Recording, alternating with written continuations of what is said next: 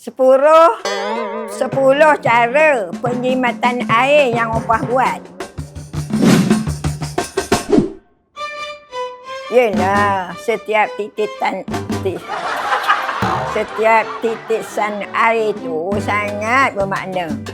Yang pertama, bila gosok gigi tu, basuh muka, jangan lebihkan air pahit tu mengalir. Tutupkan, guna tadah cebok simpan.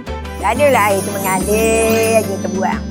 Yang kedua, kalau paip tu bocor, air menitik, cepat-cepat lagi bela.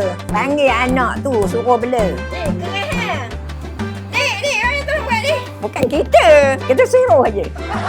Ketiga, opah tengok anak tu basuh kereta, suruh dia tadah beliat baldi. Jangan tadah paip tu biar mengalir aje, gunakan baldi.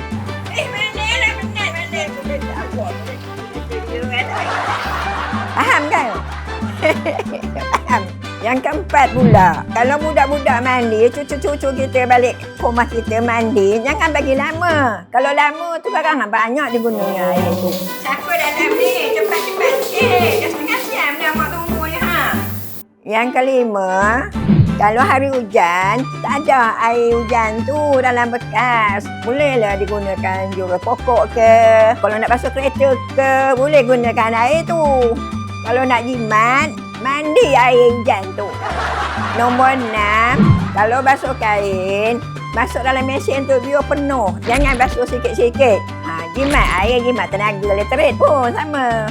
Yang ketujuh tu pula, bila opah basuh beras, opah tak ada air dia tu. Sekarang kita basuh ikan, gunakan air tu. Boleh membuangkan hanya ikan tu sekali. Lepas tu, air yang kita basuh ikan tadi boleh jurus pokok bunga, jadikan baju. Itu sebab bunga opah cantik. Yang ke-8 pula, kalau kita jurus pokok bunga, biar buat waktu pagi. Sebab waktu pagi tu, tanah tu lembap lagi, tak ada banyak gunakan air.